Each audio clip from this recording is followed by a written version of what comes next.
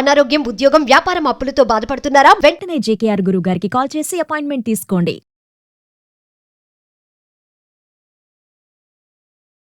నమస్తే గురుగారు. నమస్కారం అమ్మా. గురుగారు, ఇప్పుడు ఈ లోకంలో ఇన్ని రకాల దేవుళ్ళు, గుళ్ళు కూడా చాలానే ఉన్నాయి కదా. అవును. మరి వాటికి లేని పవర్, వాటికి ఉన్న పవర్ లా ఆఫ్ అట్రాక్షన్ కూడా ఉంటుందా? అంటే ఓన్లీ ఆ దేవుడు గుళ్ళ వరకు వెళ్లకుండా లా ఆఫ్ అట్రాక్షన్ నమ్ముకుంటే కూడా మన కష్టాలన్నీ తీరిపోతాయి, మనం అనుకున్నవన్నీ తీరిపోతాయి, మనం అనుకున్న కోరికలు కూడా మనకి కుదురుతాయి అని అనుకుంటా ఉంటారు. ఏం డిఫరెన్షియేషన్ ఏంటి అంటారు అసలు? మంచి క్వశ్చన్. చాలా మందిలో ఈ సందేహం కూడా ఉండవచ్చు.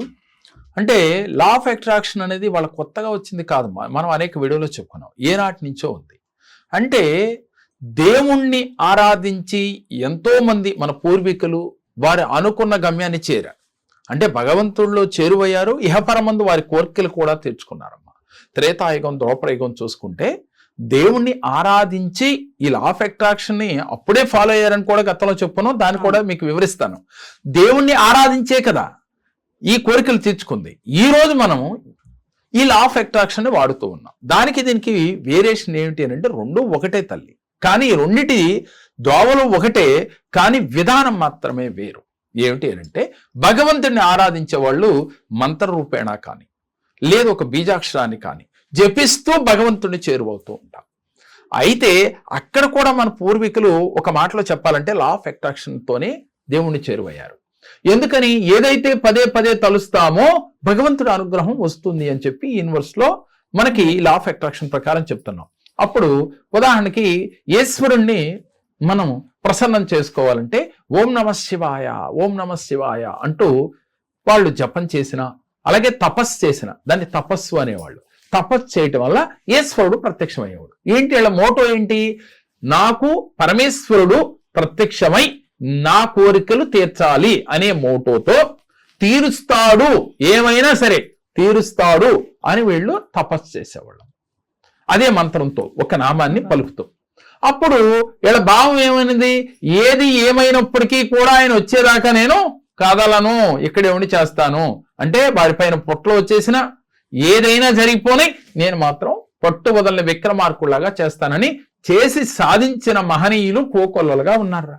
భగవంతుడిని ప్రసన్నం చేసుకున్నారు. అలాగే భగవంతుడిలో మమేకమైన వాళ్ళు చాలా మంది ఉన్నారు. మరి నేటి కాలంలో ఇంకా చెప్పాలంటే అంత భగవంతుడితో మమేకమైన వాళ్ళు చాలా తక్కువ మంది అని చెప్పుకోవచ్చు. అప్పుడు మాత్రం పర్సంటేజ్ చాలా ఎక్కువ ఉండేది. 100కి 70 మంది భగవంతుడితో మమేకమయ్యేవాడు. ఇప్పుడు రోజుల్లో 100కి 40 మంది కూడా ఉన్నారో లేదో అని చెప్పుకోవచ్చు. కానీ ఈ లా ఆఫ్ అట్రాక్షన్ ఉపయోగించడం వల్ల ఈజీగా భగవంతుడిని చేరుకోగలుగుతాం. ముఖ్యంగా మనం తెలుసుకోవాల్సింది, గుడి కట్టింది ఎవరమ్మా? మనిషి. భగవంతుణ్ణి ఒక రాయిని భగవంతుడిగా మలిచి ఆ రాయికి ప్రాణ ప్రతిష్ఠ చేసి దానికి ఒక పవర్ తీసుకొచ్చింది ఎవరు? మనిషి. అంటే ఆ విగ్రహంలో భగవంతుడి యొక్క గ్రేస్ రావటానికి ప్రాణ ప్రతిష్ఠ చేసింది కూడా ఒక మనిషే కదా. అంటే ఇక్కడ మనిషికి ఎంత పవర్ ఉందమ్మా ఆలోచిస్తే. భగవంతుడు ఉన్నాడు, ఆయన అతీతమైన శక్తి అని చెప్పుకుంటున్నాం. ఒక డివైన్ పవర్, ఒక అదృశ్యం. అంటే అది ఎలాంటిదంటేనా ఆ పవర్ని తట్టుకోలేనంత శక్తి. అది ఎవరైనా కావచ్చు, ఏ మతంలో అయినా కావచ్చు. కానీ అటువంటి శక్తిని కూడా ఒక విగ్రహంలో మరచి అక్కడ మీకు ఒక పవర్ తీసుకొస్తున్నాడు అంటే కారణం అది మనిషే చేస్తూ ఉన్నాడు కదా. కానీ ఇదే మనిషి ఈ రోజున భగవంతుడికి ఎందుకు చేరువవలేకపోతున్నాడు అంటే ఆ మంత్రాలు చదవటం, జపాలు చేయటం, పూర్వీకుల్లాగా ఎన్ని సంవత్సరాలైనా తపస్సు చేసేంత శక్తి నేటి కాలంలో ఉన్న వారికి లేదమ్మా. అందువల్ల అంత ఓపిక లేదు. ఇలా కావాలి ఏమిటి? ఈజీగా కోరిక తీరాలి, ఈజీగా డబ్బు రావాలి, ఈజీగా వీరు ఏదైతే అనుకుంటే అది భగవంతుడు సరే అని తలూపుతో వచ్చి ఇచ్చేయాలి అనే భావంతో నేటి కాలంలో అందరూ ఉన్నారు. అందుకని ఈ లా ఆఫ్ అట్రాక్షన్ వాడటం వల్ల ఈజీగా మనకి కోరికలు తీరుతున్నాయి. ఎలాగూ పూర్వం అమెరికా వెళ్ళాలి మనిషి షిప్పుల్లో, వాడల్లో, పడవల్లో ప్రయాణం చేసేవాడు. మరి ఎప్పుడైతే షిప్పుల్లో ప్రయాణం చేయాలంటే ఎన్ని రోజులు పడుతుందమ్మా అవుట్ ఆఫ్ కంట్రీ వెళ్ళటానికి? ఇప్పుడు ఏం చేస్తున్నాడు ఇదే మనిషి? ఫ్లైట్ను కనుగొన్నాడు. అంటే రోజులు దాన్ని గంటల్లోకి, పూటల్లోకి తీసుకొచ్చాడు. ఎన్నో రోజులు పెట్టేదాన్ని ఒక రోజులోకి తీసుకొచ్చాడు. అంటే తొందరగా చేరుకోగలుగుతున్నాడు. మరి దీన్ని కనిపెట్టింది ఎవరు? మనిషి. అట్లాగే లా ఆఫ్ అట్రాక్షన్ ని ఎప్పుడైతే వాడతామో ఎప్పుడో ప్రత్యక్షమై సంవత్సరాలు పట్టేది మనకి నెలల్లో భగవంతుడు మమేకమవుతాడు. అంటే ప్రత్యక్షం అవుతాడు, ఎదురుగా వస్తాడని చెప్పట్లేదురా తల్లి. మీ మనసు భగవంతుడితో మమేకమవుతుంది, మీ కోరికలు భగవంతుడు వింటాడు, యూనివర్స్ వింటుంది, పంచభూతాలు వింటాయి, తదాస్తు అంటాయి. అందుకని ఇప్పుడు దేవాలయంలో లేని శక్తి, అలాగే భగవంతుడిలో లేని శక్తి ఇక్కడ ఉందా అంటే లేదు, అక్కడ ఉంది ఇదే శక్తి. భగవంతుడిలోని కానీ దేవాలయంలో కూడా అదే శక్తి ఉంది, కాకపోతే కొంచెం లేట్ ప్రాసెస్ అవుతా ఉంది. ఎప్పుడైతే భగవంతుని చేరువవ్వాలన్నా, మీ కోరికలు తీర్చుకోవాలన్నా ఈ లా ఆఫ్ అట్రాక్షన్ ఉపయోగించి మీరు గనక వెళితే తొందరగా చేరువవుతారు. రెండు వేరు కాదు, రెండు దోవలు ఒకటే, కాకపోతే కొంచెం ఈజీగా మీరు వెళ్ళే మార్గం మాత్రమే ఈ లా ఆఫ్ అట్రాక్షన్. కాబట్టి ఎవరైతే మనసా వాచ కర్మణ మీరు ఒక విజన్తో ముందుకు వెళ్ళాలమ్మా. లా ఆఫ్ అట్రాక్షన్ ఏంటంటే మీకంటూ ఒక విజన్ ఉండాలి, ముందు చూపు ఉండాలి, దానితో పాటుగా కార్యాచరణ ఉండాలి, కార్యాచరణతో పాటుగా ఒక గోల్ మీరు పెట్టుకోవాలి, ఆ గోల్ రీచ్ అవడానికి మార్గాన్ని క్రియేట్ చేసుకోవాలి. భగవంతుణ్ణే నువ్వు క్రియేట్ చేసే శక్తి ఉంది, డబ్బునే కనిపెట్టే శక్తి నీకుంది, కానీ మరి నువ్వేం చేస్తున్నావు? ఇవన్నీ మనిషే కనిపెట్టాడు, కానీ అతనికి ఏమన్నా నీకన్నా అతీత శక్తులు ఉన్నాయా? డబ్బును కనిపెట్టిన వాడికి అతీత శక్తులు ఉన్నాయా? భగవంతుణ్ణి మరి ఒక శక్తిని తీసుకొస్తున్నాడు ఒక వ్యక్తి, అంటే ప్రాణ ప్రతిష్ఠ చేసి. మరి నీకు కూడా అలాంటి శక్తే ఉంది కదా, మరి నువ్వెందుకని నా వల్ల కాదనుకుంటున్నావు? కాబట్టి అందరికీ అదే శక్తి ఉంది. తల్లి గర్భంలోంచి మనం పుట్టిన తర్వాత అందరూ ఒకే దాంతో పుడతాం, ఒకే శక్తితో పుడతాం. అక్కడి నుంచి మనలో మన ఆలోచనే మనకి ముందుకు వెళ్ళటానికి, ఎక్కడున్నామో అక్కడ ఉండిపోవటానికి కారణమవుతున్నాయి. కాబట్టి మీ ఆలోచన సరళి మార్చండి. మీరు జీవితంలో ఉన్నతంగా ఎదగాలి, ఈజీగా భగవంతుడు చేరాలి అంటే ముందు మీ లైఫ్ స్టైల్ మార్చండి.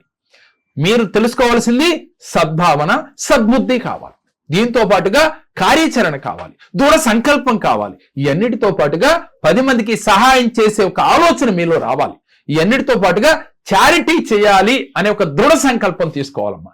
మీకు వచ్చిన దాంట్లో 10% చారిటీ చేస్తే, అంటే లేనివాడికి నువ్వు పెడితే, నువ్వు ఉన్నవాడివి అయితే కదా లేనివాడికి పెట్టేది, నువ్వు ఉన్నవాడికి భగవంతుడు పెడతాడు అనే భావనతో ఉండాలి. అంతేగాని నేను లేనివాడిని, నేనే లేనివాడిని అనే భావంతో ఉంటే ఎప్పుడు నువ్వు లేనివాడిగానే ఉండిపోతావు. ఎప్పుడు నీకున్న దాంట్లో నేను చాలా గొప్పవాడిని, నేను చాలా ఐశ్వర్యవంతుణ్ణి అనే భావంతో నువ్వు ఉంటూ నీకున్న దాంట్లో 10% చారిటీ చేస్తూ ఉంటే భగవంతుడు నీకు 100 రెట్లు ఇచ్చి నిన్ను కుబేరుణ్ణి చేస్తాడమ్మా. నీ భావన, నీ ఆలోచన, నీ ప్రవర్తన అలాగే పాజిటివ్ గా ఉండాలి. అది 100 రెట్లు ఫలితాన్ని తెచ్చిపెట్టి నిన్ను ఐశ్వర్యవంతుని చేస్తుంది, డబ్బు, సంపద, ఆరోగ్యం, ఆనందంతో వర్ధిల్లేటట్టు చేస్తుంది. మరి నీలో ఆ శక్తి ఉందా?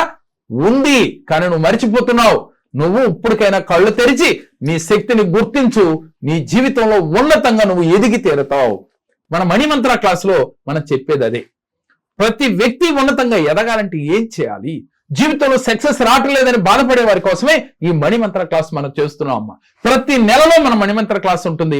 ఎవరైతే ఈ మణిమంత్ర క్లాసులో జాయిన్ అవుతారో వారు ఉన్నతంగా ఎదగటానికి ఎలా ఉండాలి, ఏం ఆచరించాలి, భగవంతుని చేరువవ్వాలన్నా, యూనివర్స్ తో కనెక్ట్ అవ్వాలన్నా, పంచభూతాలతో కనెక్ట్ అవ్వాలన్నా నువ్వు చేసే విధానం ఎలా ఉండాలి, నీ గోల్స్ ఎలా ఉండాలి అనేది ప్రతి ఒక్క విషయాన్ని వీళ్ళకి వివరించడంతో పాటుగా ప్రాక్టికల్ గా చేయించడం జరుగుతుంది. అలాగే మనకు 1-to-1 సెక్షన్స్ కూడా ఉన్నాయి, అంటే పర్సనల్ అపాయింట్మెంట్స్, అంటే ఆఫ్లైన్ ఆన్లైన్ రెండు ఉన్నాయి. ఎవరైనా సరే జీవితంలో నాకు నష్ట జాతకం, నేను ఏది సాధించలేకపోతున్నాను, నేను బంధాల్లో విజయం పొందలేకపోతున్నాను, నన్ను కోర్టు సమస్యలు బాధిస్తున్నాయి, నాకు వివాహం కాటల్లా, సంతానం కలగటలా, ఏ బాధలు ఉన్నప్పటికీ కూడా మీరు 1-to-1 సెక్షన్ లో కలిస్తే, ఆఫ్లైన్ ఆన్లైన్ మీ ఇష్టం, మీ అవకాశాన్ని బట్టి 1 గంట నుంచి 1.5 గంటల పాటు మీ జాతకాన్ని వివరించి, అది డేట్ ఆఫ్ బర్త్ ఉన్నా లేకపోయినా, ప్రశ్న శాస్త్రం, పుట్టుమచ్చల శాస్త్రం ఏమీ లేకపోతే హస్త సాముద్రిక ద్వారా అయినా చూసి మీకు పరిపూర్ణ జాతకాన్ని, జరిగింది జరగబోయేది తెలియచేసి దానికి రెమెడీస్ ఇచ్చి మీరు కూడా ఉన్నతంగా ఎదగటానికి ఈ కేరళ జ్యోతిషం మీకు బాగా హెల్ప్ చేస్తుంది.